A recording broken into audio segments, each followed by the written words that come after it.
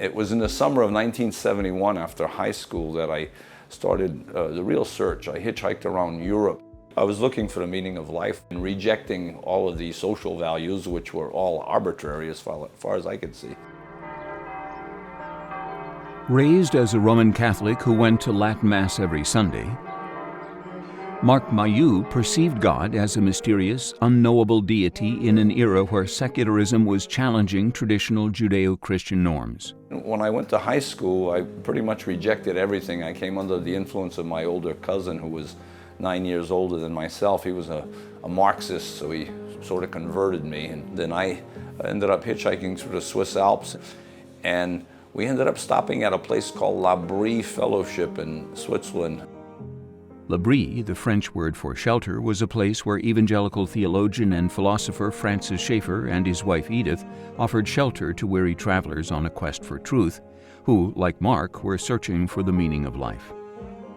You know, I had long hair back then, and I looked like something a cat dragged in. I was into my Henry David Thoreau period, reduce life to its lowest terms. So I had one t-shirt and one pair of cut-off jeans, and that's what I've been wearing all summer. So I looked like a derelict, and ended up meeting Francis Schaeffer. And I heard some things from Schaeffer during that week that really impressed me. Hoping he would find truth, Marc read Francis Schaeffer's landmark book, The God Who Is There, and also its diametric opposite, The Politics of Ecstasy by LSD advocate Timothy Leary, a pioneer of the psychedelic movement who fled to Switzerland to avoid prison time.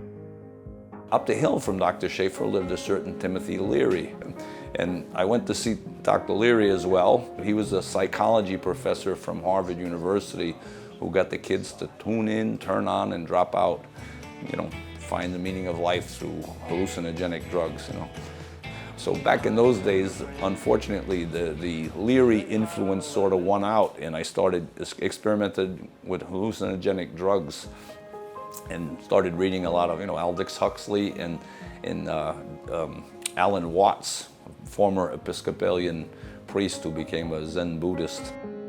Consequently, Marc returned to America only to drop out of college and become an ascetic, one who detaches himself from the material world and embraces deprivation to achieve spiritual enlightenment.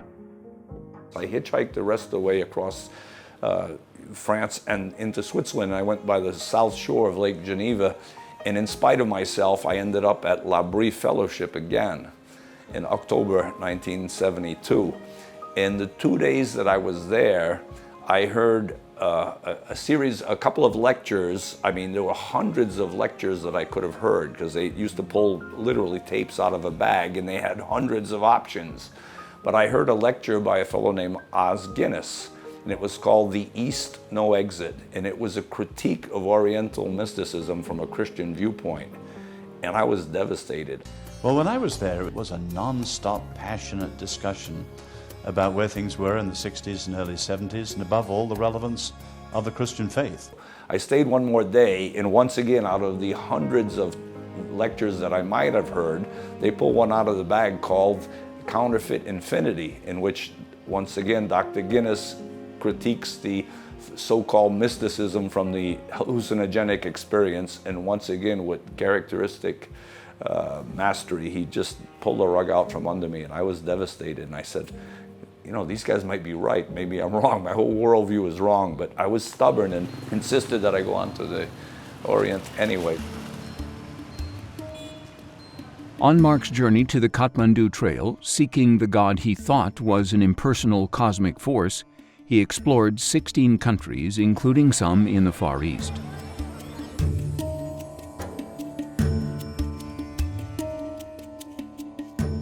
It was on that spiritual pilgrimage where he discovered the stark contrast between the value placed upon human life in the East and in the West.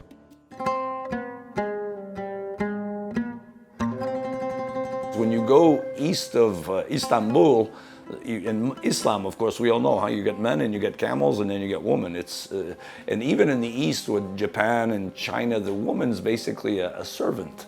And there was one girl in our group traveling through Afghanistan, and some guys wanted to buy her. A wealthy sheikh from Kandahar offered us 50 camels for her. So there's a cheapening of life. They don't have the conviction always that man is made in God's image. And definitely life is cheaper. The countries are dirtier because they don't pay attention so much to their creation. It's horrible, you know. In India, I mean, you see countries like India with the Hindu basis, and they don't kill the rats, for instance, because any rat could contain the spirit of your great-grandmother or something. And then I was not finding peace in anything, not through ascetic practices. And I'm sitting on the banks of the Ganges River in Benares, which is the holy city of Hinduism, watching them burn the bodies at the ghats.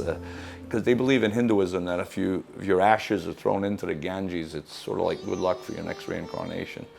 So I'm watching all this, reading at the time the Bhagavad Gita, which is sort of the Hindu mythology, and some Indian Christian comes by and hands me a copy of the Gospel according to John.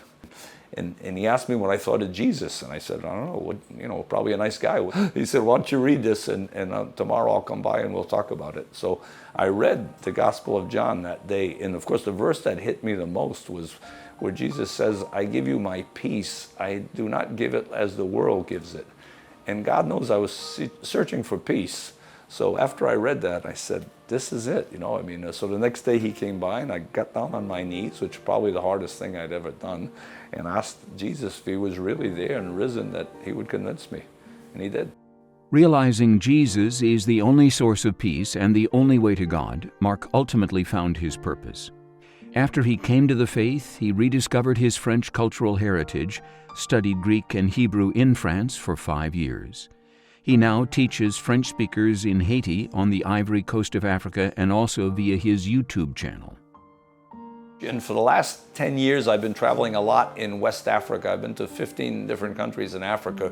Do you know that in Africa there are 54 countries, 22 of which are French-speaking? So the greatest majority of people in the world who speak French are in Africa.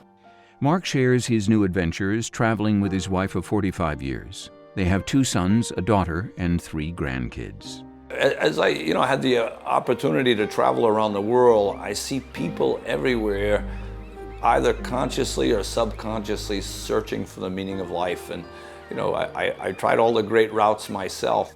You can search everywhere, but none of the answers hold water except the gospel.